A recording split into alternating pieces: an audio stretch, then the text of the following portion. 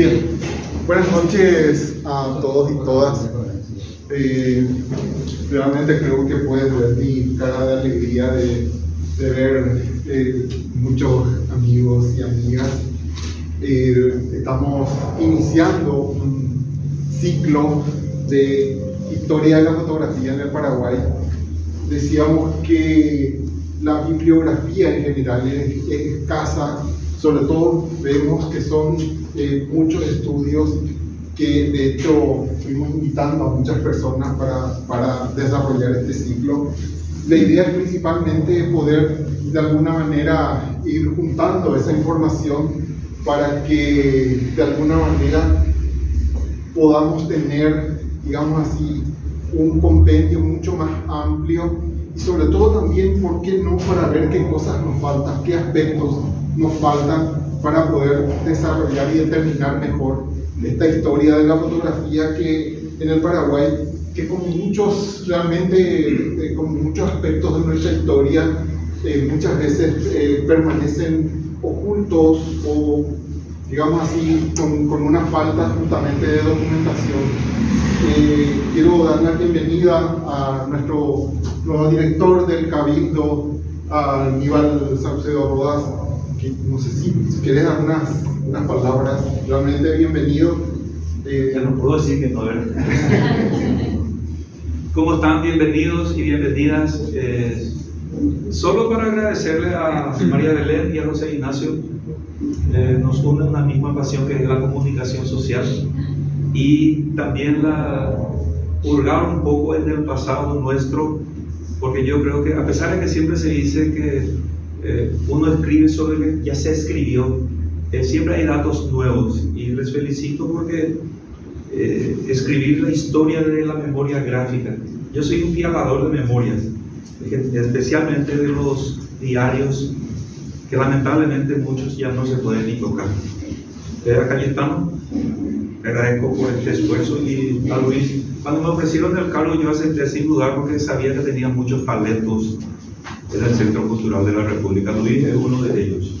Así que esta iniciativa él tomó como una oportunidad, e inmediatamente lo que iba a ser la simple presentación o la presentación de los libros lo convirtió en un ciclo de conferencias. Ahí que entonces, yo soy un administrador de talento, entonces eso es lo que me toca desarrollar ahí de mi función. Y Andrés Oppenheimer solía decir que una de las causas de la pobreza de América Latina es que vivimos atados a la historia, al culto a nuestros héroes. Yo no estoy de acuerdo. Yo creo que esa memoria es la que nos permite mantener nuestra identidad como nación y sobre todo nuestro sentido de pertenencia a un continente. Y como solía decir Pablo Freire, tenemos que saber lo que fuimos para conocer lo que somos y decidir qué es lo que queremos ser. Por eso, nuevamente, les agradezco por la presencia y te doy las gracias por esta iniciativa. Repito que creo que va a tener grandes repercusiones. Hay que recuperar la cultura muy olvidada en los últimos años. Hay gente que lucha por la cultura, pero lamentablemente a veces está invisibilizada. Hay un divorcio entre la política y la cultura, así que tenemos un gran desafío, sobre todo si entendemos la cultura como un sistema de valores, y hacia ahí debemos apuntar, partiendo del pasado, de como solía decir Gerardo Vogel, la cultura es la tensión dialéctica permanente entre el pasado, presente y futuro, entre la historia, entre la memoria, la identidad y la utopía. Y Eduardo Galeano decía, la utopía siempre está un paso adelante, así que empecemos a caminar. Muchas gracias.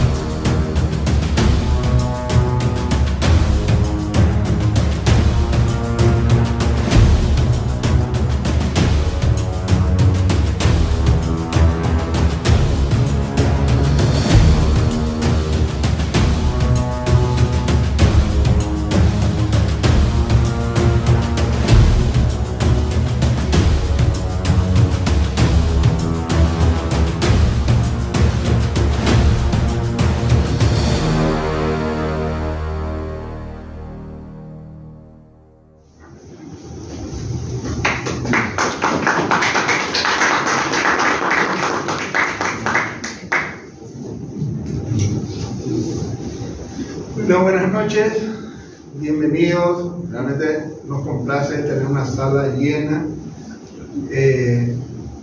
para la presentación de este libro en una segunda edición, la primera paraguaya, y nos honra como Aranduga.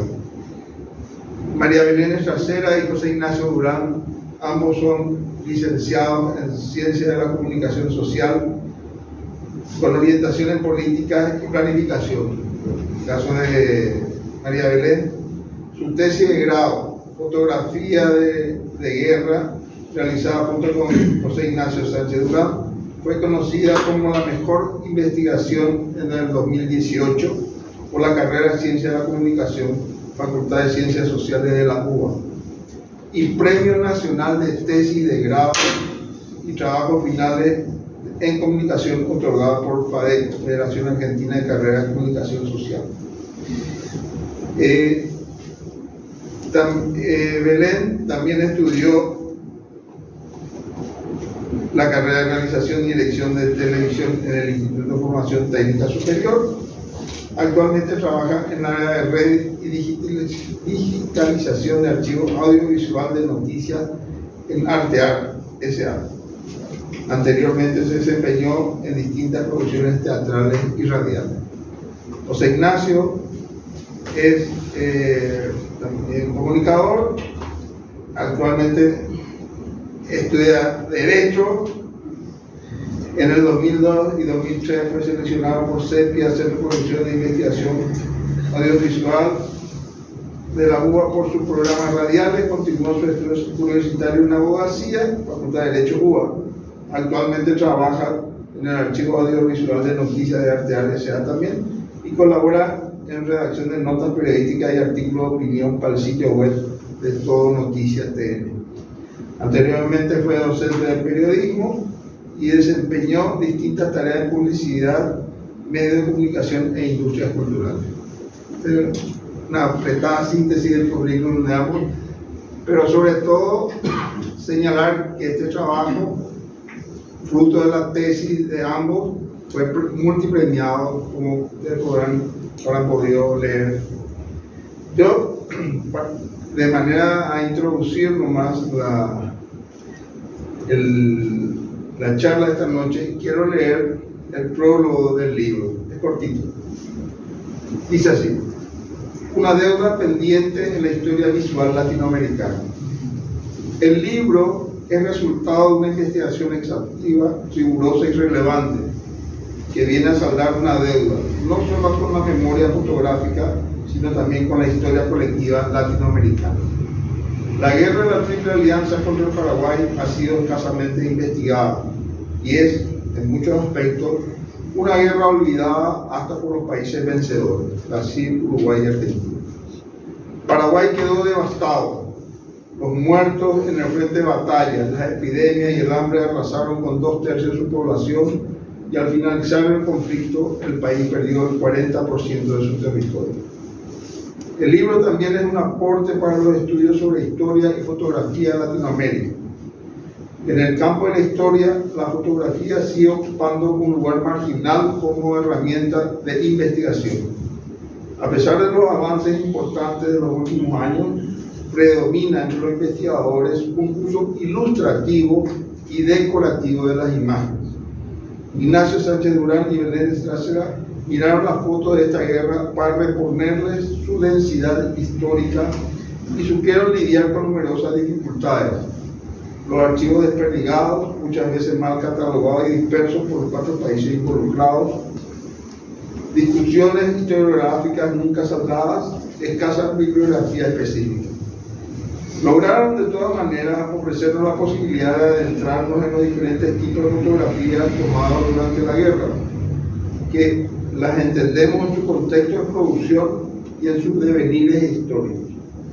Revelaron quiénes fueron los fotógrafos de los 4 países involucrados, identificaron y analizaron sus fotos, las ubicaron geográfica y temporalmente, y sobre todo les hicieron preguntas a esas imágenes.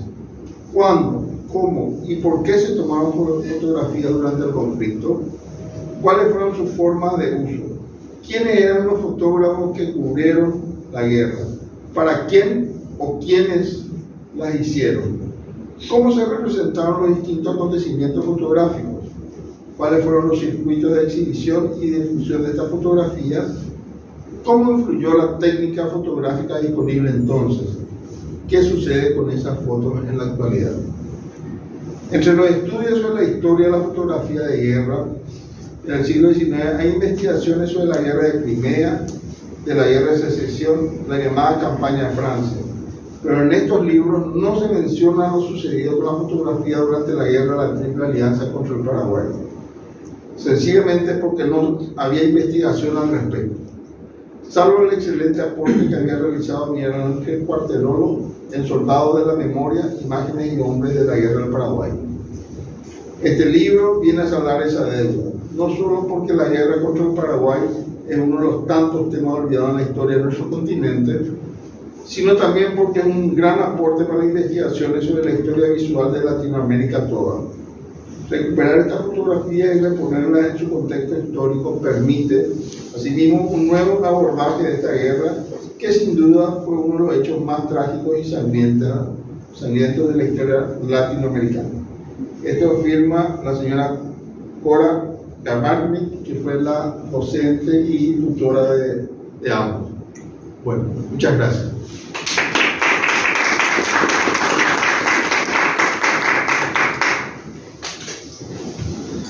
Bueno, muy buenas noches a todos. La verdad que para mí es un honor y es un placer poder estar acá. Así que quiero agradecerle a Luis por la invitación. Quiero agradecerle a Cayetano, a Cecilia, que está ahí atrás, que está más adelante. Que es la diseñadora. Que es la diseñadora de todo el libro. Quiero agradecerle a todos ustedes realmente que estén acá.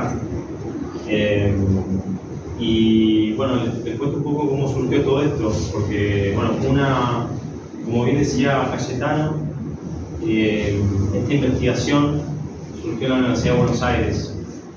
Con Belén nos propusimos estudiar las fotografías bélicas y bueno, charlando este tema con Cora, que es nuestra tutora, Cora Gamarnik, nos aconsejó que abordásemos las fotografías de la guerra del Paraguay. Y la verdad que para nosotros fue redescubrir, o más bien fue descubrir, digamos, ¿no? Una historia que a nosotros no nos contaron como argentinos, porque un poco decía que, y un poco lo hablaba también, tuve esa oportunidad de volver a encontrarme con mi profesor de historia secundaria y le decía a María José por qué en los manuales de historia argentina la guerra no aparece, algunas veces son 2 párrafos y o sea, llegamos a 1853, primera constitución, y de repente saltamos a 1880 y en el medio no sabemos qué pasó. Y para Argentina fue un periodo muy complejo en la historia, muy trágico obviamente, pero bueno, obviamente también muy rico en cuanto a todos los procesos simultáneos que sucedieron.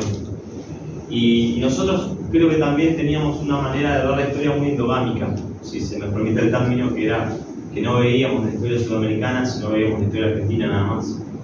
Entonces, cuando investigamos esta guerra, aprendimos un montón de cosas investigando todo lo que había sucedido. Y realmente cuando nosotros nos propusimos hacer esta investigación, tuvimos que enfrentarnos a 2 cuestiones.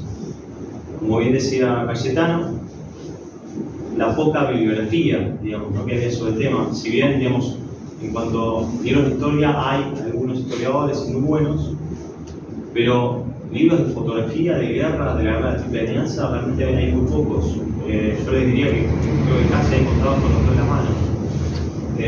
Obviamente está la obra de Miguel Ángel Cuarterolo, que es fantástica. Está Yubi acá, que nos ayudó también a hacer la investigación y nos ha enviado fotografías que tenía para incorporarlas en el libro.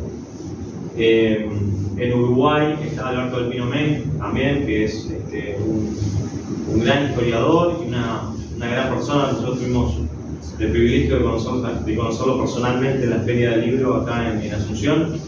No lo habíamos conocido antes, habíamos tenido ese intercambio de correos, pero no personalmente.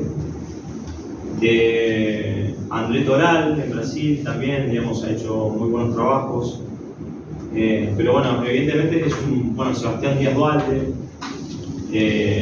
Abel Alexander, pero bueno, yo les estoy hablando de un mundo muy chico, digamos, no puede ser que me esté olvidando de algún que otro historiador más, pero realmente creo que es un grupo muy reducido. Y para nosotros fue descubrir algo que no nos habían contado, algo que realmente nos impactó mucho. Y lo que más nos impactó es toparnos con todo ese material que nosotros desconocíamos. Y a medida que íbamos investigando y a medida que íbamos juntando todo ese material, y íbamos pidiendo, obviamente, este libro reúne material de las 4 naciones. Y la verdad que nos fue sorprendiendo, digamos, en el camino nos íbamos sorprendiendo, digamos, con cada hallazgo. Porque evidentemente la fotografía de la guerra de la Triple Alianza, obviamente tuvimos varias ideas, ¿no? Que a partir de esos descubrimientos íbamos volcando un montón de conclusiones en el libro. Bueno, esta es una fotografía que está en el Museo Histórico Nacional en Argentina, que son los chicos después de la guerra, que son 2 cartas de visita. Estas fotografías a nosotros nos impactaron mucho realmente porque hablan de la crudeza, digamos, de la violencia del ejército aliado sobre la población paraguaya. Miguel Ángel Cuarteló decía que estas fotografías habían usado como propaganda contra el mariscal, porque decían que el mariscal había usado hasta la población infantil en la guerra. Para mí la fotografía siempre es como dicen, es un arma de doble filo, ¿no? Porque en ese momento se utilizó, digamos, como propaganda, digamos, antidopista, pero en verdad, digamos, lo que está demostrando es, si yo fuera abogado, les diría que, en principio lo que todavía no lo soy, gracias a Dios, pero lo que les podría decir es que lo que está demostrando, obviamente, es la violencia del ejército aliado sobre la población civil. Entonces digo por eso, porque la fotografía tiene múltiples lecturas, la fotografía siempre es ambigua. Y hay un montón de datos que no están en la fotografía. Y eso es lo que más dificulta en una investigación, digamos, ¿no? Una fotografía nos describe, por ejemplo, una persona, pero no nos dice su identidad. Y ahí tuvimos que luchar mucho con Belén para descubrir, digamos, quién era el personaje o la persona que estaba detrás de esa fotografía o cuál era su historia. La verdad que, ¿cómo? Si alguien quiere interrumpirme, no se preocupen, interrúmpanme, levanten la mano, no hay problema, hacemos un... Acá hay una silla, si no. Enseguida, a mí si lo hacemos tipo Charlie más relajado, mejor todavía. La verdad que para nosotros por eso fue descubrir una historia, y lo que nosotros trabajamos mucho con Belén también es, nosotros estudiamos comunicación, estudiamos la prensa, estudiamos la radio, estudiamos la televisión, estudiamos el cine, pero no habíamos estudiado la fotografía. Entonces para nosotros fue arrancar también de cero con eso. Yo les decía que había poca bibliografía específica sobre el tema, y realmente, digamos, ¿no? cuando arrancamos la investigación, y como decía Cora en el prólogo, uno por ahí se encuentra, incluso en los foros hoy internacionales, se sigue discutiendo sobre la guerra de Crimea, sobre la guerra de secesión, pero digamos, básicamente no se discute sobre esta guerra. Yo hice una experiencia en estos años, y empecé a compartir algunas de estas fotos en algunos grupos de colodión, sobre todo en Estados Unidos y en Inglaterra, y realmente estaban maravillados de que existiera fotografías de esta guerra de esta parte del mundo, porque la verdad tenía un desconocimiento total. Así que, evidentemente fue un descubrir todo este patrimonio que está diseminado. Y cuando nosotros empezamos a investigar, también nos planteamos desde qué lugar abordarlo, porque el otro problema que nosotros teníamos es que por lo general la historia es abordada de los documentos escritos, pero no de los documentos visuales, no de la fotografía. Realmente yo creo que hay hay ciertos obstáculos, digamos, ¿no? Cuando uno aborda la historia de la fotografía, que hay que sortear, ¿no? En principio, bueno, hay que sortear los conocimientos de las técnicas, de los formatos, conocer un poco a los fotógrafos. Y lo que nosotros hicimos con Belén fue tratar de ubicar esos fotógrafos y ver cuáles sean los circuitos, no solamente digamos, la producción de la fotografía, sino los circuitos, la circulación de la fotografía en aquel momento. A nosotros nos importaba mucho poder analizar y abordar lo que era la cultura visual de mediados del siglo XIX en Sudamérica.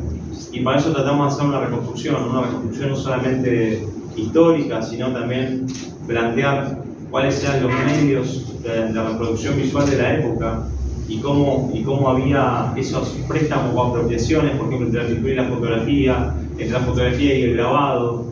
Y para nosotros eso realmente fue muy rico, porque a partir de esas construcciones, eso poner en contexto la fotografía, empezamos a ver realmente la circulación. Por ejemplo, muchas de las pinturas de José Ignacio Garmendia, que también peleó en la guerra de Triple Alianza, están tomadas de las fotografías de Beit. De hecho, en muchas de las pinturas de Garmendia dice tomadas de una fotografía. ¿Sí? ¿Sí? Ignacio, ¿sabes qué me parece muy interesante? Sobre todo acá que estamos hablando de artes visuales, ¿verdad?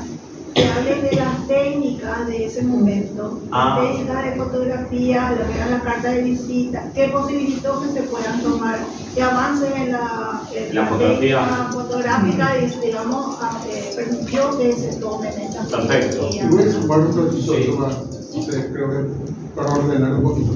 Por ejemplo, me pasaste recién unas carpetas que corresponden a distintas fuentes. Sí. ¿Podrías decirnos cuáles son esas fuentes que, por ejemplo, esta colección de fotografías, a qué fuente corresponde, de dónde son? Mira, algunas fotografías nosotros las encontramos en varios reservorios y es muy difícil también a veces clasificarla. ¿Por qué? Porque a veces la misma fotografía aparece en distintos reservorios y a veces con distinto nombre. Incluso con distinto nombre del fotógrafo. ¿Cuáles son esos reservorios? Pero ¿qué pasaba? Mira, bueno, la Biblioteca Nacional de Uruguay, la Biblioteca Nacional de Brasil, el Museo Histórico Nacional de Argentina, el Museo Udaondo, el Archivo General de la Nación en Argentina, el Centro Vidal de Paysandú, que nos ayudó muchísimo a Andrés Oberti, que es un historiador. Realmente le debemos muchísimo a Andrés, sobre todo para la etapa, digamos, de lo que fue la investigación sobre el sitio de Paysandú. Él nos ayudó muchísimo. Incluso en una charla con Oberti, yo le decía, bueno, Oberti, mire, nosotros encontramos que el fotógrafo se posicionó en un ángulo y las fotografías están sacadas desde el mismo lugar, qué sé yo. Y le hice todo un análisis de lo que habían sido las fotografías en ese momento. Y él desde su Paysandú me dice, y sí, claro, Ignacio, me dice, además las calles son angostas, es el único lugar donde podía estar el fotógrafo. Entonces me encantó esa mirada también, digamos, ese diálogo que tuve con los investigadores. Realmente fue muy rico, porque yo estando en Buenos Aires y obviamente Oberti estando en Paysandú, digamos, me habilitó un montón de información de los conocimientos de ese estar, de ese vivir, de ese habitar en Paysandú, que bueno, que obviamente de la lejanía y de un libro a veces no se pueden apreciar. Nosotros, bueno, trabajamos los reservorios. Además, bueno, estaba el Julio Marc de Rosario, que incluso tiene el Museo Julio Marc de Rosario tiene una carta de visita del Mariscal, ¿sí? O sea, ellos nos dieron una carta de visita del Mariscal y nos dieron una carta de visita de Bartolomé Mitre. El Museo Histórico Nacional, que tenía, además de los chicos, después de la guerra, tenía algunas fotografías también de Cabo César, que se tomaron en Muay y en Cuyucué. Esta es la fotografía, es muy interesante. Esta es la fotografía de los fotógrafos de Beit, ¿sí? De Uruguay. Estas son de la Biblioteca Nacional de Uruguay. Acá no sé si se va a ver bien, pero acá dice Beit y CIA, ¿sí? Dice fotógrafos o fotografías, no sé si se llega a ver porque está como medio desaparece, ¿no? Pero acá llega a ver el crédito Paint. No sé si ustedes de ahí y eso de arriba es el madrullo. Ese era una suerte de laboratorio donde trabajaban los fotógrafos. Ahí se Exactamente, revelaba la foto. Acá Cecilia, como bien incluso le hablamos con Cecilia en ese momento cuando armamos el libro, nosotros incluimos una fotografía que no es de esta guerra, pero era para compararla con esta guerra y sobre todo con esta fotografía, porque nosotros incluimos el carromato, digamos, el carruaje de Roger Fenton en la guerra de Crimea. Entonces era para demostrar que los fotógrafos a veces utilizaban carruajes como laboratorio y a veces utilizaban estas carpas para revelar las fotografías, ¿sí? Ustedes si por ejemplo analizan la fotografía de Crimea o de la Guerra de Secesión, van a encontrar muchas fotografías, muchos documentos donde los mismos fotógrafos se sacan y tienen atrás el carruaje donde revelaban las fotografías. Acá, bueno, obviamente Play utilizó una carpa. Nosotros creemos que básicamente no utilizó la carreta, tal vez porque tenía que o circular o transitar por caminos pantanosos o con mucha vegetación y tal vez decidieron, digamos, llevar la carpa, digamos, para revelar la fotografía y no traer su carruaje. Pero bueno, eso es una... Si llevaban los cañones también podrían haber llegado tranquilamente con la carreta, ¿no? Pero bueno, básicamente parece que fue una decisión, digamos, que tomaron los fotógrafos en esta guerra particular, digamos, de revelar las fotografías acá en esta guerra. Un segundito. Si podemos ver ahí, nosotros intuimos que son los fotógrafos de Paint y alguien más el que le sacó la foto. O sea que vendría a ser como una selfie actual. Es como que la foto sigue... No, y básicamente otra de las cosas que descubrimos también que es muy importante es que los fotógrafos en esa época, más allá de que las fotos tienen autoría, los fotógrafos no trabajaban solos, ¿sí? Esto lo vimos muy claramente cuando fuimos al Museo de Fotografía de Buenos Aires y hubo dos fotógrafos que trabajan esta misma técnica que se llaman Jorge Lorenzo y Fefo Veloso, que muy amablemente nos invitaron y nos invitaron incluso a posar delante de las cámaras que están en el museo y nos sacaron unos retratos. Y ahí pudimos realmente apreciar lo que era el trabajo de la fotografía en aquel entonces. Y ahí nos dimos cuenta que evidentemente, más allá de que podía llevar el nombre de un fotógrafo, los fotógrafos no trabajaban solos, trabajaban en equipo.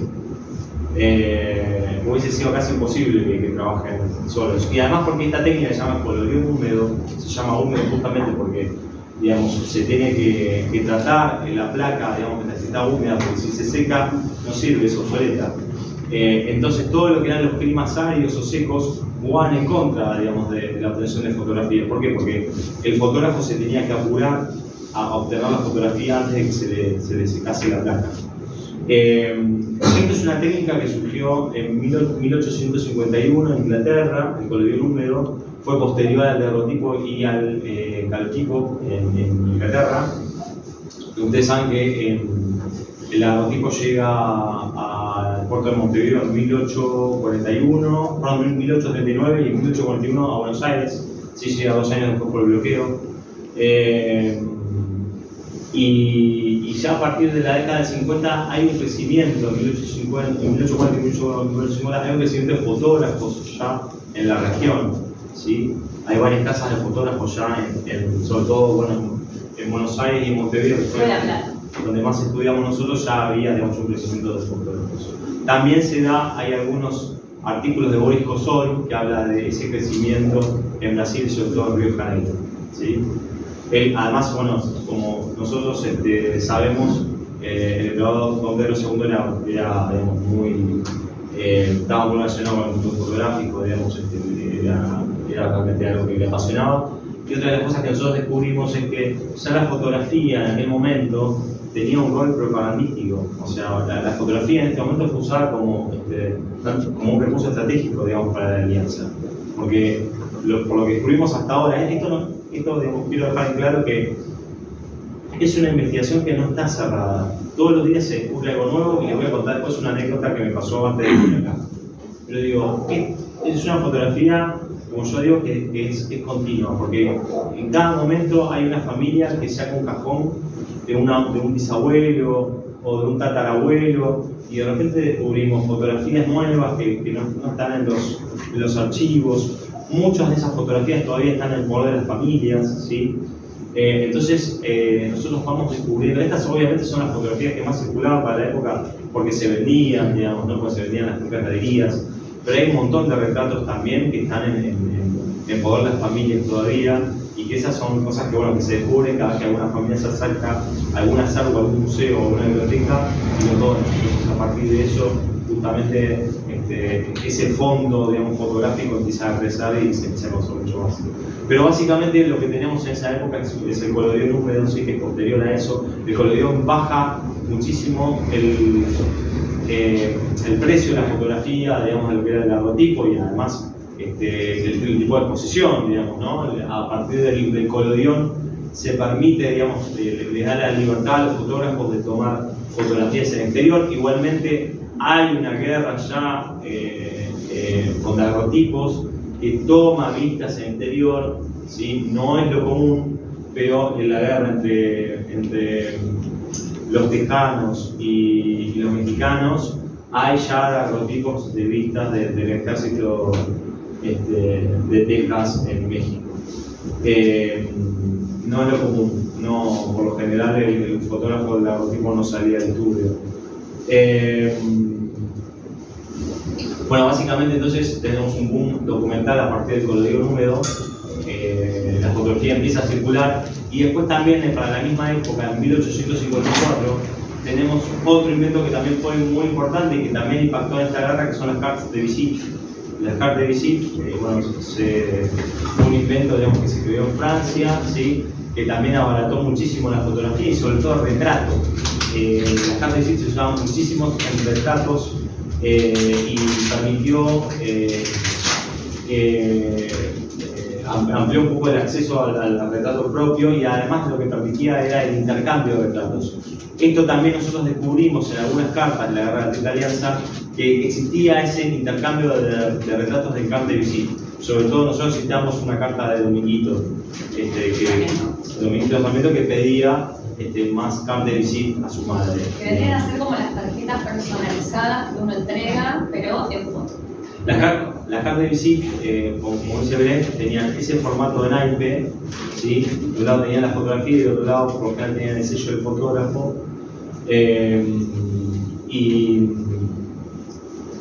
Y eso realmente fue un boom comercial para la fotografía de aquel momento. De hecho, nosotros en el libro decimos que fue una verdadera, llamamos cartomanía, digamos, por esa cuestión de la producción, digamos, de cartas de visite y por el intercambio. Pero además, la mayor cantidad de fotografías que hay sobre esta guerra son justamente retratos de cartas de visite, son fotografías militares, ¿sí?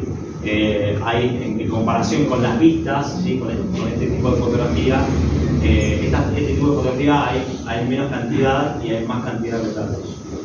En el libro, obviamente, por ahí puede dar alguna idea errónea, pero porque nosotros nos basamos más en las vistas, pero la mayor cantidad son retratos, ¿sí? Y hay muchos museos que tienen muchas colecciones, una gran colección de retratos de cartas de visite.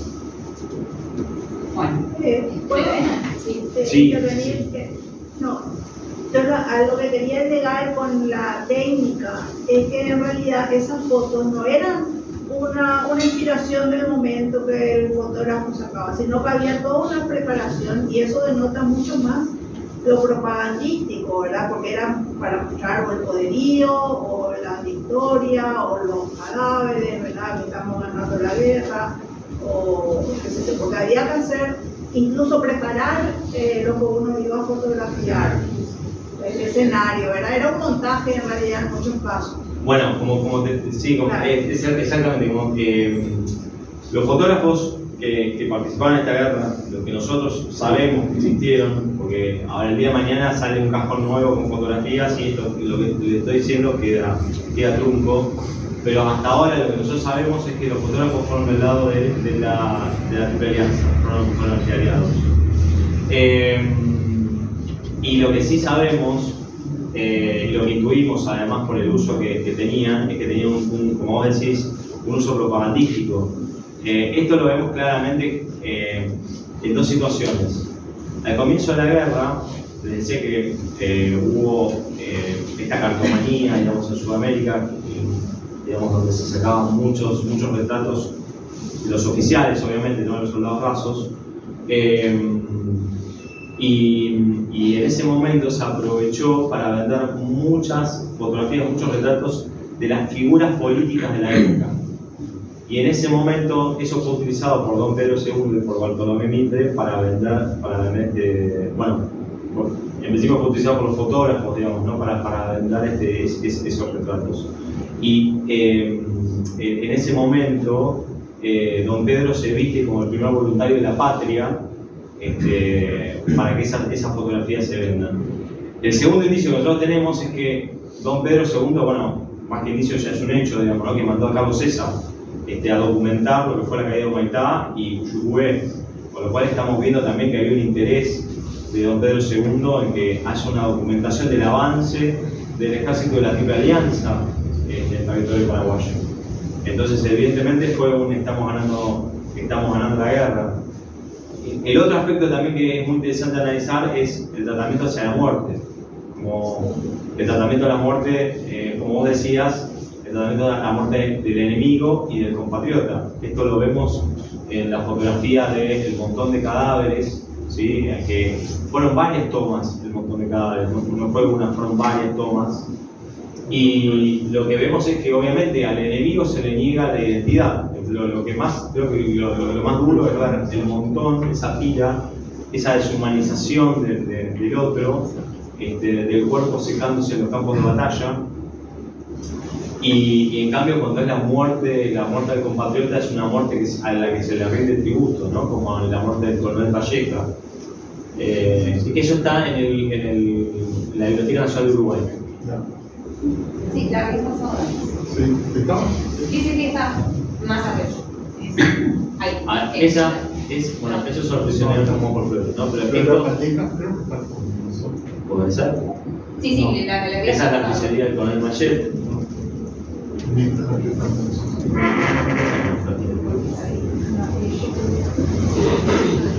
Bueno, eso es una carta de visita, ya que estamos. Esto es una carta de visita, ¿sí? De flores. De flores, ¿sí? Pero básicamente piensen que era un formato, digamos, que entraba, era un iPad, digamos, tenía un tamaño, un formato de un iPad. Bueno, estos son los defensores de Paysandú. Bartolomé Mitre, Caxias. Este es el campamento de Bartolomé Mitre.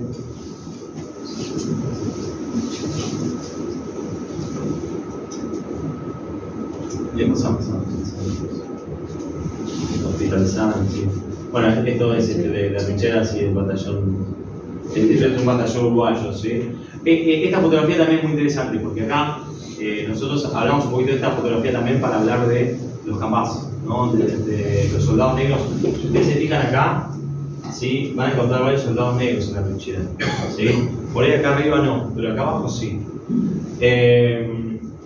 Y justamente lo que dice André Toral, digamos, en Brasil, es que dice que a partir del registro, porque André Toral lo que hace es analiza lo que era la pintura, ¿sí? en Brasil, sobre todo muy ligada a la academia y muy ligada, digamos, a los poderes reales en Brasil, y cómo cambia, digamos, la visión de la guerra y cómo cambia la visión de la población en Brasil, las fotografías. ¿Por qué? Porque los que estaban peleando eran soldados negros, ¿sí? Eran soldados que tenían las plantaciones. Entonces se había roto un poco esa visión eurocentrista. Si ustedes ven los cuadros de las batallas, digamos, parece que son todos europeos, o casi todos europeos. Digo, por ejemplo, Pedro Américo, por ejemplo, si ustedes ven las pinturas, pero sin embargo acá se está mostrando la verdadera población, la población que iba al frente. Claro, y esta es la muerte del coronel Valleja. Y bueno, si ustedes toman como un eje y comparan lo que es el montón de cadáveres y la muerte del coronel Valleja, bueno, es lo que un poco les decía hace un ratito, es el tratamiento distinto que se da a la muerte, ¿no? Al enemigo se le niega un poco la identidad, es el montón de cadáveres secándose al sol, y acá se le rinde tributo, ¿sí? Entonces había un tratamiento muy distinto en cuanto a la muerte. Igual agrego que es, como dice Cecilia, es una puesta en escena, porque no es la verdadera muerte del coronel Vallejo. Es su guardia de honor posando. La técnica del colorión húmedo, perdón, que me meta, si bien acortó los tiempos del daguerrotipo, igualmente eran tiempos de exposición altos. No es como nosotros que estamos acostumbrados a un clic o 5 segundos. No. Y acá, no, esta foto me interesa mucho.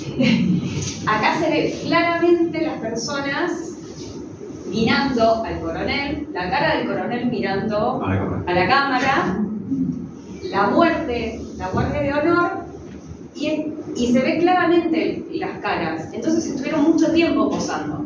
Sí, acá están movidos. además, no sé si la llegan a ver. el hecho de que sean pocos también es más fácil, digamos, para poder armar la escena, digamos, ¿no? Porque acá están borrados. Que también ahí puede haber sido que la albúmina no haya impregnado bien. Sí, a ver, todo esto es fotografía posada. De hecho, una de las cosas que nosotros notamos es que cuando hay un animal, por lo general se ve borroso. Claro, el caballo que hace movimiento se ve la sombra. Se ve la sombra, en cambio, digamos, las personas ya, digamos, se ven más nítidas.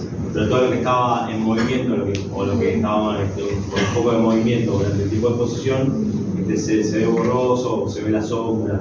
De hecho, en la foto de que están en las contratapas del libro, nosotros posamos. Por eso sabemos de que, en mi caso, yo tuve mucho tiempo para sonreír. Y me decían, quédate quieta, todo el tiempo los fotógrafos. Entonces, intuimos que por eso también se sacaban a la artillería, o sea, objetos inmóviles. O se les decía a los soldados que posaran.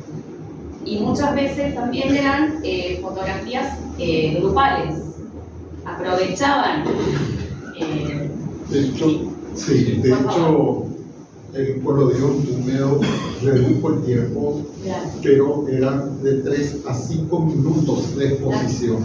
O sea, hoy en día estamos hablando de alrededor de 1 sobre 500, o sea, un segundo de video 500 como una velocidad baja, y que en general son en realidad fracciones, son milésimas.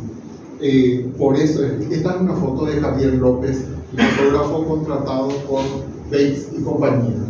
En realidad lo que Bates hizo fue vender las fotos al Nacional de Buenos Aires, que puso como, así como hoy en día los periódicos tienen sus fascículos que regalan, con la edición del diario venía una postal de la guerra.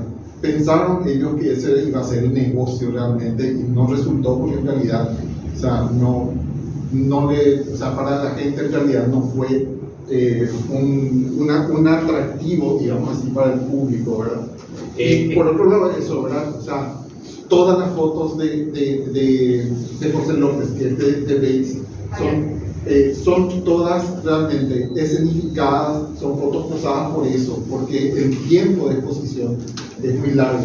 Las demás fotos son de otros fotógrafos que estuvieron ya casi al final de la guerra, con una tecnología mucho más avanzada para ese momento. Exactamente. Bates hace, a ver, si nosotros contamos Paysandú, porque Bates estuvo también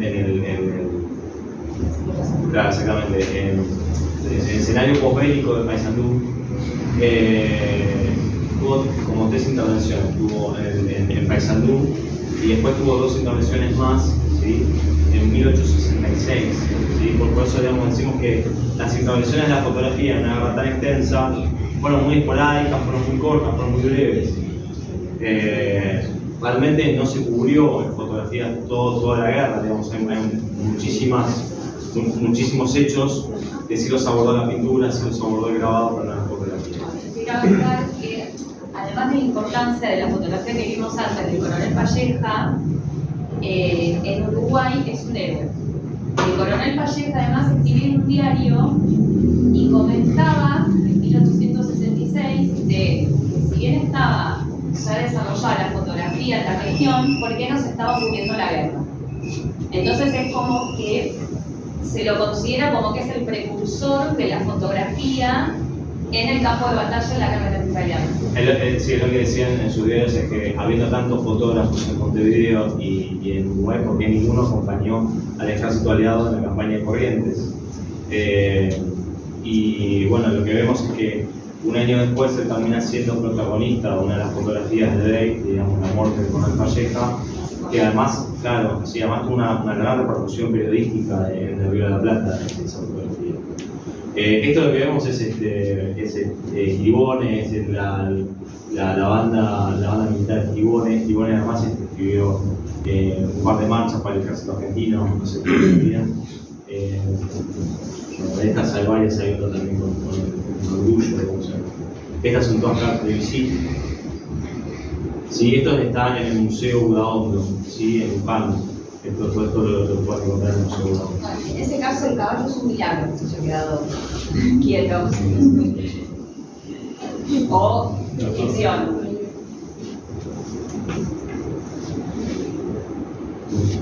Belén, Sí. otro aspecto muy interesante de la carta de visita es el tema de que se usaban como despedida o para mandarla a la novia, a los padres, entonces yo por si Bueno, lo que vemos es que tiraba la pata en el trance de la guerra, era el pobre. lo que analizamos también es que al fotografiado. principio de la guerra hubo mucha producción de cartas de visita, justamente por eso, porque era un momento, también se usaba como objeto transicional hacia la muerte. Al saber que muchos militares iban al frente de batalla y tal vez no regresaban a sus hogares, entonces antes de partir, digamos, del frente de batalla, se sacaron cartas de visita. Entonces una gran producción de cartas de visita en los momentos iniciales de la guerra. Lo que también nos pareció muy interesante respecto a los retratos es que empezamos a ver también retratos conjuntos, ¿sí? Y esto, digamos, era como una especie de, nosotros en Argentina llamamos la vaquita, ¿no? Todos ponemos plata para algo, ¿no?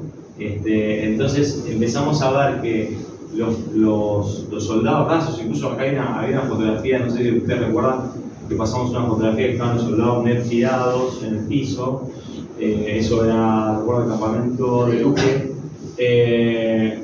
Y los fotógrafos entonces, para tener un recuerdo, ¿sí? de esa guerra, juntaban entre todos dinero y le pagaban al fotógrafo para tener una fotografía. Igualmente es una foto también que es atípica, ¿por qué? Porque la fotografía militar formal también hay una configuración del espacio. Porque generalmente cuando ustedes ven que hay una fotografía militar porque tiene cierta formalidad, por general van a ver los rangos superiores en el centro, ¿sí? Y a los costados y los fondos los rangos más inferiores. Por general tienen esa lógica, ¿sí? O sea, siempre se respeta, digamos, hay una configuración del espacio que es la configuración de los rangos militares. Y además lo que vimos en esas fotos conjuntas es que los rangos superiores están sentados, entonces están más cómodos para los tipos de posición, y los de menor rango están parados. Sí, y también lo que hacía el fotógrafo muchas veces para que se quedasen quietos por los minutos, digamos, que contaba recién Luis, es que entrelazaban o se apoyaban unos con otros, o aprovechaban una espada, o aprovechaban un mástil, entonces eso les daba, digamos, cierta quietud. En el agrotipo, incluso hay una fotografía muy famosa de Don Pedro II que está apoyado y atrás tiene como una especie de sujetador de cabeza, digamos, ¿no? De cuello. Y como el daguerrotipo llevaba más tiempo, digamos, que el colodión, se utilizaban esos aparatos, digamos, ¿no? tan aparatosos, digamos, ¿no? tan molestos para que el modelo se quedase quieto durante todo el tiempo de exposición. Que de hecho, en la primera foto que vimos del niño paraguayo famélico, tiene un soporte. Es como si tuviese una especie de trípode que estaba además apoyado con un pie en ese soporte. No sé si alguno quiere hacer alguna pregunta o algún comentario. Sí. Perdón. ¿Cómo se pueden conseguir estas imágenes? ¿Son de uso libre estas imágenes? Sí, son todas de dominio público. ¿Y dónde se pueden conseguir? Mira, hay algunos acervos que los tienen online. Y algunos acervos que vos las podés pedir y te las mandan. Por lo general, la experiencia que tuvimos con Belén es que son bastante amables cuando les escribís y les pedís las fotografías, por lo general te lo mandan. A esta fuente donde están acá, ¿no? ¿Cómo? A la fuente de... Esa es la que utilizamos nosotros. Mira, yo te voy a contar una cosa. Yo sé, hace unos meses hice, por ejemplo, digamos, ¿no? El Museo Histórico Nacional está ahí, Ezequiel Canavero. Pero, por ejemplo, hice una nota sobre Cándido López. Y a Ezequiel le pedí 4. Le dije, mira, yo con cuatro imágenes de Cándido estoy perfecto. Y me mandó todas las pinturas que tiene de Cándido, me mandó en alta resolución. Vos fíjate qué amabilidad que tiene, que me mandó toda la conexión entera en alta resolución.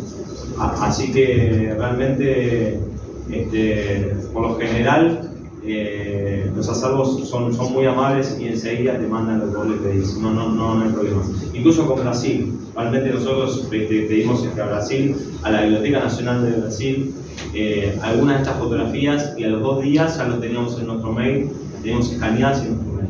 Así que por lo general son muy amables. Que quizás en Argentina lo que nos pasaba es que demoraban más. O sea, es como que teníamos, además la diferencia idiomática con Brasil, fueron súper amables. Lo único que es, como todo archivo, nos pedía citar la fuente correctamente, y es un respeto también para ese archivo.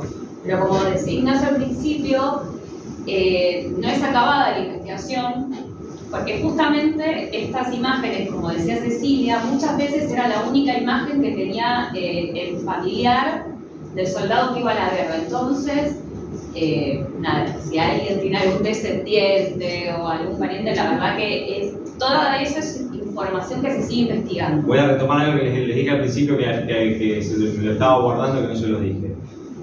Antes de venir para acá, estaba hablando con compañeros de trabajo. Nosotros trabajamos en un archivo, un archivo del noticiero. Todo noticias. Y estaba hablando con unos compañeros del trabajo. Estamos esperando la comida, digamos, ¿no? Y resulta que se estaba hablando del libro y se acerca un amigo y me dice: mira, Nacho, yo tengo un bisabuelo que fue médico y que estuvo en la Guerra de la Alianza, y tengo fotografías. Entonces me escanea las fotografías, me las manda. Yo empiezo a ver las fotografías y empiezo a ver que una de las fotografías, que era un retrato en conjunto, digamos, de los soldados, tenía en el reverso tenía el sello de Adolfo Alexander. Adolfo Alexander fue uno de los primeros fotógrafos de la Argentina. Y bueno, hoy yo no sé si es el bisnieto o el tataranieto, que se llama Abel Alexander, que fue quien nos hizo el texto de contratapa, y además quien nos ayudó muchísimo en la investigación, ¿sí? Es una de las personas que más conoce de la historia de la fotografía en Argentina, pero además ha ayudado a otros países de la región a hacer su historia de la fotografía. Realmente es una persona que tiene un conocimiento enciclopédico, realmente es muy... nosotros cuando lo conocemos a Abel, después, esa es otra anécdota que voy a contar después. Pero bueno, resulta que con este amigo,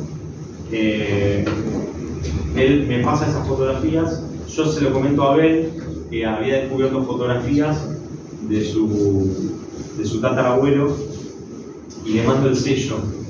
Y en el WhatsApp veo que me pone los 2 tildes azules, me hace como la novia, que me pone los 2 tildes azules, y tarda en contestarme.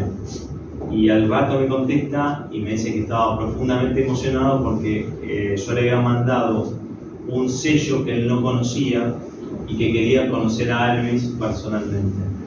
Entonces, unos días después, Abel Alexander vino a mi trabajo y le presenté a Alvis, y Alvis trajo la fotografía original de su tatara, digamos. Entonces, para mí también fue emocionante porque serví de nexo entre una historia familiar, entre 2 historias familiares, digamos, ¿no?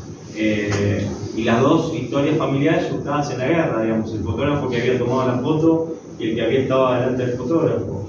Entonces, para mí eso fue maravilloso, poder hacer ese reencuentro y además bueno, descubrir siempre algo, una cosita más acerca de la historia. Bueno, no sé si tengo tiempo para leerla una vez, pero si no la dejamos estar. Dale. A ver, sí. Ustedes mencionaron que se habla un poco sobre la guerra de la Triple Alianza allá. ¿Cómo? En Argentina sí. Sí, ¿por qué creen que es eso? Y porque, mira, yo te voy a decir una cosa, es un tabú. Sí, realmente es un tabú. Yo lo que creo es que realmente, yo lo que en un momento dije es que es una guerra que a los vencedores no quieren recordar y que, bueno, obviamente que Paraguay no puede olvidar, digamos, ¿no? Pero yo creo que no quieren recordar totalmente porque es un genocidio detrás de todo esto. Sí. Yo tengo dos preguntas para hacer. Sí. Una es, hace unos años un escritor paraguayo descubrió, leyendo un periódico a su seno de los años 64, 65, y después corroborando con documentos del archivo sobre expedición de patentes, que en Asunción abrió un estudio fotográfico de una chica paraguaya. Exactamente. Entonces mi pregunta es, haciendo este mapeo que hicieron ustedes, fotógrafos y el movimiento que los fotógrafos hacen en la región, ¿pudieron identificar la presencia de alguna chica en el estudio fotográfico como fotógrafa, como ayudante en la lista de algo? O que también vi que ustedes en el trabajo van diciendo más o menos dónde se ubican los fotógrafos, si encontraron algún tipo de patentes que se otorgó a mujeres fotógrafas. Mira, lo que nosotros hicimos fue un análisis de cómo actuaron esas. Primero dividimos la guerra en campañas. Eso nos ayudó mucho para identificar en qué momento de la guerra se habían sacado las fotografías. Sobre todo para ver en qué momento se habían sacado fotos y en qué momento no se habían sacado fotos. Eso para nosotros fue muy importante. Nosotros descubrimos que no, en principio, como te decía, no descubrimos fotógrafos del lado paraguayo, salvo un retrato de Domingo Parodi que le sacó al Mancal antes de que muriera. Pero y después descubrimos la existencia de Fulgencia Almirón, que es la fotógrafa de la Costa del Rey, me parece. Pero no descubrimos ninguna fotografía de Fulgencia Almirón, solamente sabemos que hay registros del nombre, pero no hemos visto material de Fulgencia. Yo creo que en realidad una de las cosas que yo personalmente sostengo es que esa es la catástrofe de la guerra en Paraguay. O sea, la no existencia del material de fotografía que se toma, que es propio de la pérdida de patrimonio por lo que es la ruina de la catástrofe. También no somos historiadores, pero bueno, saber de que también hubo una ocupación y que lo primero que un país hace es quemar archivos. Entonces posiblemente se hayan quemado archivos fotográficos. O el desplazamiento propio, o sea, más que la ocupación, yo hasta diría que el desplazamiento de la población es la que ya lleva una parte de la pérdida patrimonial. Y además, una cosa, nosotros analizamos muchas de las fotografías de las de Bey, porque, como decía, el coronel Valleja fue el que empezó a mencionar que se podría haber fotógrafos en el frente de batalla, que lo único que hizo el gobierno de la banda oriental, ni siquiera el gobierno aliado, es darle un salvoconducto, pero los fotógrafos se hacían cargo de la campaña y de su vida. Sí, igualmente a cambio le dieron, que fue también algo muy novedoso para la época, el gobierno, porque en ese momento, y esta es otra de las cosas que a nosotros también nos pasaba, es que como los fotógrafos de la época era muy común que se copiasen unos a otros, ¿sí? Porque por eso a veces ves, esta misma fotografía, qué sé yo, de Carlos César, pero en el lado te aparece que el fotógrafo es otro y la misma fotografía. O sea, hay mucha copia entre fotógrafos, ¿sí? Por lo general se copiaban mucho. Pero lo que pide Bey también, que me pareció también que era novedoso para la época, le pide a Uruguay una especie de derecho de autor sobre las fotografías para que no se las copien, para que él las pueda vender y para que no se las copien. Porque tenía un uso comercial, como bien explicó Lucera, más que, además de estratégico y de propagandístico. Por eso hubo dos campañas de Bey en el frente de batalla. Bueno, obviamente no hay imágenes de batallas por la cuestión de movimiento y por la peligrosidad. Por eso también los cuadros de Cándido López son los que más se estudian, además de los grabados de José Ignacio Garmendia.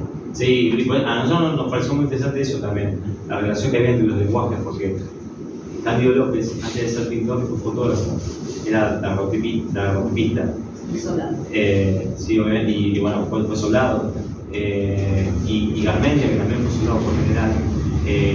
toman la fotografía de Drake para hacer sus acuarelas, lo que decía al principio. Esas pinturas las puedes encontrar en el Museo Saavedra en Buenos Aires. Si les escribís a los chicos, que también son divinos, te van a mandar los cuadros de Garmendia digitalizados.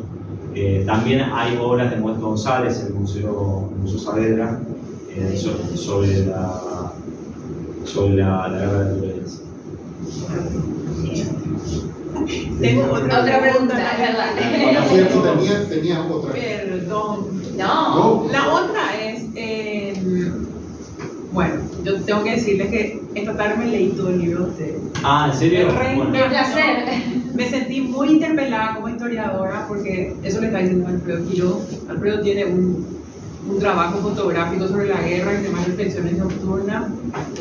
Y le estaba diciendo a él, porque en algún momento trabajamos juntos para el texto y todo eso, que es la primera vez que me siento interpelada como historiadora a que se me diga, porque lo tomé como muy personal, que tenemos la mala costumbre de tomar la imagen como ilustración y no le hacemos la crítica documental suficiente a la imagen, como muchas veces sí le hacemos el documento escrito.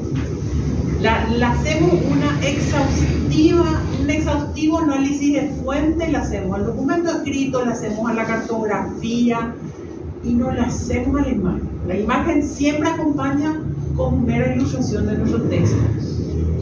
Al terminar de leer el libro de ustedes y ahora que les estoy escuchando, me surge la otra pregunta y es: llegó un momento en el trabajo de ustedes, después de revisar archivos en Brasil y en la región del Río de la Plata, de decir, esta fotografía fue tomada por un brasileño, esta fotografía fue tomada por un argentino? ¿Hay una cuestión estética que ustedes hayan identificado con fotógrafos provenientes de Río de Janeiro o con fotógrafos que trabajaban o provenían del Río de la Plata? Mira, cuando nosotros vemos la fotografía en su conjunto, hay algo que nosotros hicimos que fue trabajar para hacer este estudio. Lo que tratamos de armar fue un montaje, porque nos damos, a ver, tiene cierta dificultad la fotografía como documento histórico. Yo eso, digamos, es lo primero que digo, la fotografía como documento histórico tiene cierta dificultad para abordarlo. Y es por eso que muchas veces en los manuales de historia yo veo que la fotografía acompaña, pero la fotografía no es el eje, digamos, del documento histórico.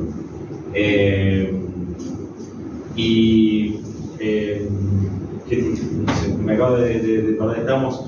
Sí, sobre la estética de la fotografía de guerra, sí. Porque yo leí que ustedes toman, por ejemplo, como vara comparación, una estética que además es una estética que se desarrolló, por ejemplo, en la guerra de Crimea, sí. De fotografiar de una manera la guerra, sí, y con otros fotógrafos de otra. Pero no tanto la estética, vos fíjate que nosotros hacemos más hincapié en el motivo. Sí, pero el motivo temático, más que la estética. Pero más o menos va hacia ahí, en el sentido de decir, ¿creen ustedes que los fotógrafos que vinieron de Río, lo de la intencionalidad para mí es clara?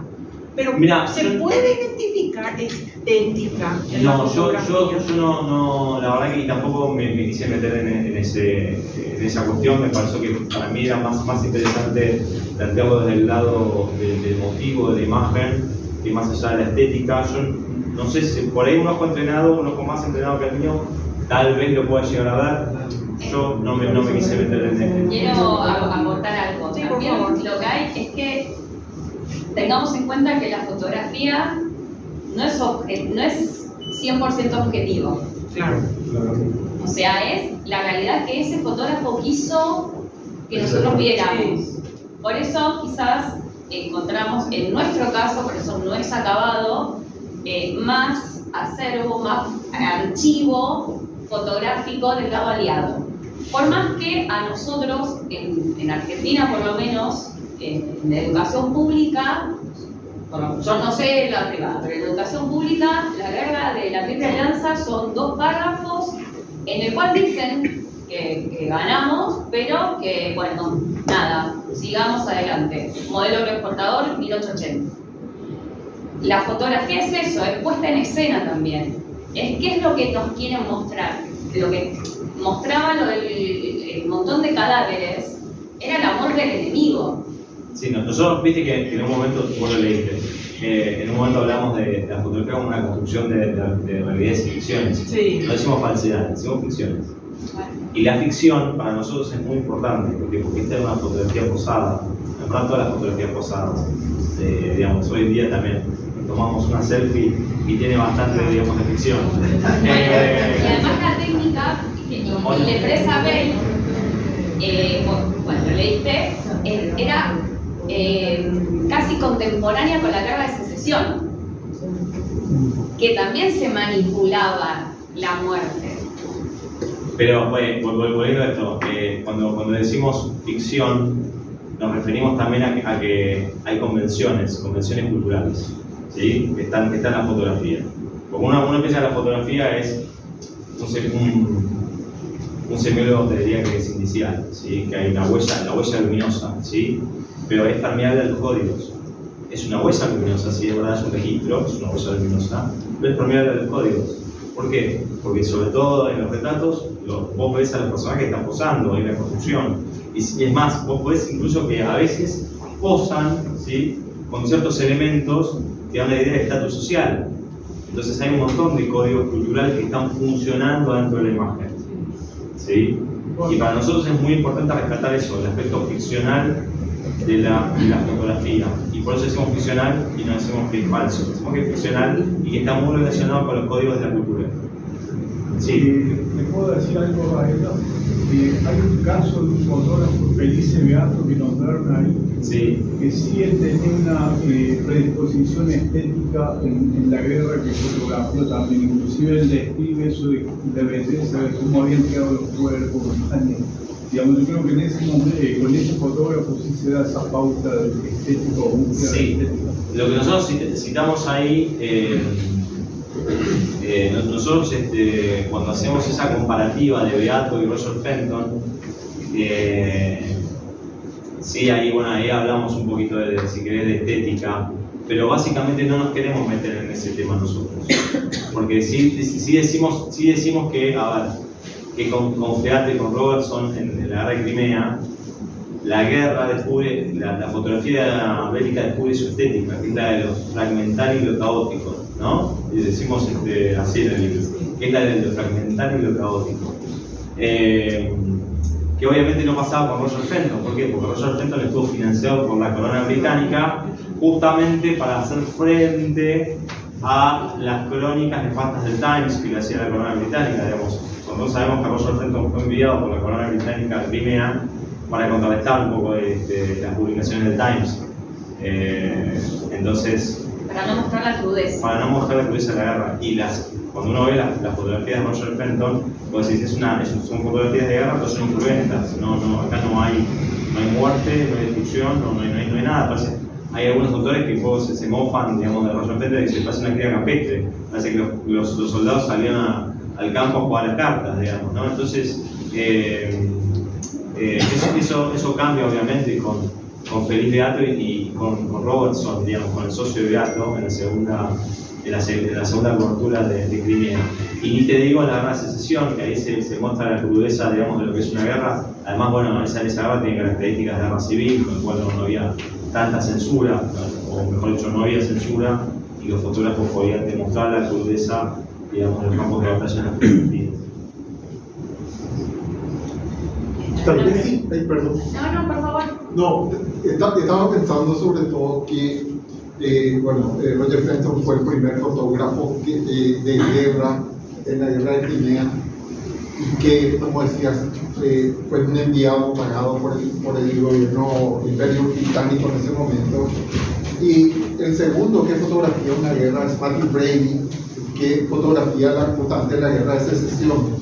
Pero su intención era realmente, digamos así, comercial. Ese fue hacer cartas de visita. Que justamente cuando vieron que le fue tan bien a Matthew Brady, George Bates se va a Nueva York, ve el negocio y ahí vuelve con la idea de hacer cartas de visita en la guerra, ¿verdad? Contrata a Javier López y que realmente hacen, digamos así, la negociación o el canje era que, porque realmente la incursión que hace el ejército uruguayo es apenas la zona de Ñembucú, ¿verdad? Pensaba sobre todo en esa idea de que qué es lo que necesitaban ellos, que los soldados lleven la mochila, porque en realidad no había carretas, como decía, por el tipo de terreno que había, y sobre todo la mochila de la carpa, la mochila de los químicos, y sobre todo de los cristales, porque tal vez no dijimos que en realidad la base o el soporte de la imagen eran cristales de vidrio. Entonces realmente llevar por ese terreno en una mochila esos cristales, de hecho muchas de las fotos de Cordillera Húmedo se nota, ¿verdad?, que hay cortes, hay roturas en los cristales, pero probablemente por el tipo de imagen se mantuvieron así. Pensaba que tal vez esas cuestiones son las que de repente aportan un poco de eso que decía Ana, ¿verdad?, en cuanto a la estética, ¿verdad? Creo yo sobre todo, o sea, la estética en este caso supeditada sobre todo al propósito de la fotografía. Sí. ¿Hay alguna otra consulta? Bueno, en mi caso, Ignacio dijo todo ya, así que, bueno, igual la investigación fue a 2. Nada, bueno, como se dijo, o sea, no somos historiadores, lo abordamos desde el lado de lo importante de la fotografía para nosotros, que también en nuestra carrera la fotografía no tenía un lugar privilegiado. Por eso nos parecía un aporte interesante como tesina en nuestra universidad. Y nada, el haber, para nosotros es un descubrir tanto histórico como social, como cultural. Además estar acá, presentándolo, siempre fue nuestro objetivo. O sea, la investigación empezó en el 2016. A Cayetano lo conocemos el año pasado, en la Feria del Libro, y pensamos en una revisión. Siempre fue la idea hacerlo en Paraguay, poder presentarlo en Paraguay, porque estamos tanto en la Feria del Libro como acá. Realmente es un sueño cumplido. Agradecemos también a Cecilia Rivarola, que fue la maquetadora y diseñadora del libro, porque nosotros teníamos las imágenes y el texto. La que le dio vida fue Cecilia. Así que bueno, por mi parte ya todo. Si tienen alguna pregunta, bueno, a Ignacio le gusta hablar, así que la puede responder muy bien. Así que bueno, agradecemos esta convocatoria. Muchísimas gracias. Es un honor haber sido los iniciadores. No sabía cómo decirlo, porque es un poco fuerte. Bueno, nada, sabemos que Asunción es nuestra primera vez en Asunción. Y nada, sabemos que no va a ser la última. Si me permiten pasar los comerciales un ratito. Parroquial. Como decía, realmente son parroquiales, ¿verdad? En realidad fue así a raíz de esta presentación que hicieron, que dije, bueno, que podía ser una oportunidad para algo que desde hace años venimos hablando con varias personas, para poder realmente ir ahondando en estos temas que, o sea, les confieso que es una cuestión así apasionante para mí, que de hecho es la que vivo día a día. Quería decirles que justamente por eso pude convencerla, por ejemplo, a Ana Barreto, que es una historiadora realmente prestigiosa de nuestro medio, y que otra vez así yo aseguro su participación en las próximas charlas. Quería decirles que el próximo martes va a estar el ingeniero Juan Migliore, que presentó un libro su libro sobre historia de la fotografía paraguaya, y yo le pedí que él tome, digamos así, la posguerra en esos primeros años, sobre todo de una fotografía que estaba desarrollada sobre todo en estudios, con instalación de estudios, y algunos viajeros, por llamarlo así. Cuando hablabas, Ana, de Fulgencia Almirón, le invité justamente a Sebastián a que nos presente a ella y su historia, que para mí realmente es fascinante, y que incluso en estos días, hablando con Milda, tuve así algunos cuestionamientos que me parecieron geniales, y Milda Rivarola también formará parte de todo el grupo, y así realmente creo que de alguna manera logré, por ejemplo, cuando hablé con Adriana Almada y le dije, che, ¿sabes qué? Mira, estoy preparando este ciclo, y le dije, che, qué bueno, ¿te acuerdas que esa exposición que hiciste sobre François y el libro?